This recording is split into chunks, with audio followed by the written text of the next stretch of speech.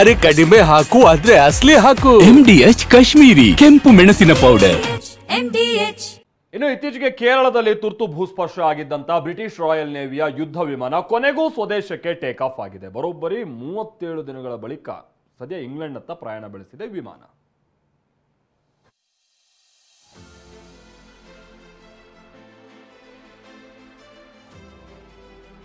ಕೊನೆಗೂ ಭಾರತ ತೊರೆದ ಬ್ರಿಟಿಷ್ ಯುದ್ಧ ವಿಮಾನ. 37 ದಿನಗಳ ಬಳಿಕ ಕೇರಳದಿಂದ ವಿಮಾನ ಟೇಕ್ ಆಫ್.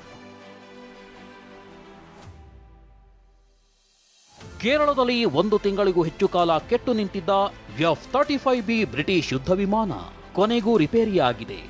5 ವಾರ ಅಂದರೆ 37 ದಿನಗಳ ಬಳಿಕ ಕೇರಳದ ತಿರುವನಂತಪುರಂ ಏರ್ಪೋರ್ಟ್ನಿಂದ ಇಂಗ್ಲೆಂಡ್ನತ್ತ ಹಾರಿದೆ.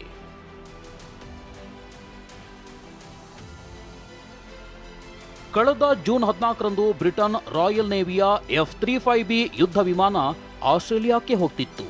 ಈ ವೇಳೆ ಇಂಧನ ಸಮಸ್ಯೆಯಾಗಿದೆ ಎಂದು ತಿರುವನಂತಪುರಂನ ಅಂತಾರಾಷ್ಟ್ರೀಯ ವಿಮಾನ ನಿಲ್ದಾಣದಲ್ಲಿಯೇ ತುರ್ತು ಭೂಸ್ಪರ್ಶ ಮಾಡಿತ್ತು. ವಿಮಾನದಲ್ಲಿ ಮೊದಲಿಗೆ ಇಂಧನ ಸಮಸ್ಯೆಯಾಗಿದೆ ಎಂದು ಹೇಳಲಾಗಿತ್ತು. ಆದರೆ ತದನಂತರದಲ್ಲಿ ಹೈಡ್ರಾಲಿಕ್ ವೈಫಲ್ಯ ಉಂಟಾಗಿತ್ತು.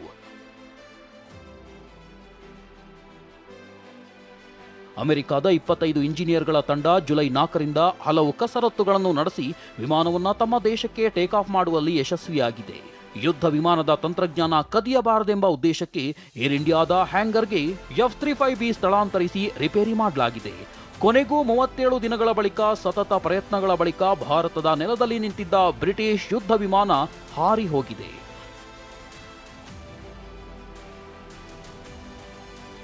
ಅರಬ್ಬಿ ಸಮುದ್ರದಲ್ಲಿ ಯುದ್ಧಾಭ್ಯಾಸ ಮಾಡುತ್ತಿದ್ದ F-35B ಯುದ್ಧ ವಿಮಾನ ಏಕಾಏಕಿ ಭೂಸ್ಪರ್ಶ ಮಾಡಿತ್ತು. ಮೊದಲಿಗೆ ಇಂಧನ ಖಾಲಿಯಾಗಿದೆ ಎಂದು ಸಬೂಬು ಕೊಟ್ಟರು. ಆ ಬಳಿಕ ಹೈಡ್ರಾಲಿಕ್ ತಾಂತ್ರಿಕ ದೋಷವೆಂಬುದು ದೃಢಪಟ್ಟಿತ್ತು. ವಿಶ್ವದ ಅತ್ಯಂತ ದುಬಾರಿ ಹಾಗೂ ಅತ್ಯಾಧುನಿಕ ಯುದ್ಧ ವಿಮಾನಗಳಲ್ಲಿ ಒಂದಾದ F-35Bಯನ್ನ ಬ್ರಿಟನ್ಗೆ ಮತ್ತೆ ಸಾಗಿಸುವುದು ಬ್ರಿಟಿಷರಿಗೆ ದೊಡ್ಡ ತಲೆನೋವಾಗಿತ್ತು.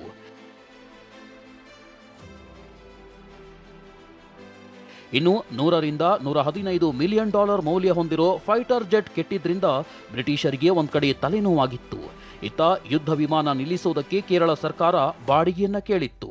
ಹೀಗಾಗಿ ಭಾರತದಲ್ಲಿ ವಿಮಾನ ಎಮರ್ಜೆನ್ಸಿ ಲ್ಯಾಂಡಿಂಗ್ ಆಗಿದ್ದಕ್ಕೆ ಹಾಗೂ ಹ್ಯಾಂಗರ್ನಲ್ಲಿ ಆಶ್ರಯ ಪಡೆದಿದ್ದಕ್ಕೆ ಬ್ರಿಟನ್ ಹಣ ಪಾವತಿಸಲಿದೆ ಎಂದು ಹೇಳಲಾಗಿದೆ. Bureau report TV9. MDH ನ ಕಿಚನ್ ಅಲ್ಲಿದ್ರೆ ನಾವು ಎಲ್ಲವನ್ನು ಮಾಡಬಹುದು. ಬೆಂಗನ್ ಕಾ ಬರ್ತಾ, ಆಲೂ ಗೋಬಿ, ಭಿಂಡಿ ಮಸಾಲಾ, ಇನ್ನೂ ಬಹಳಷ್ಟು.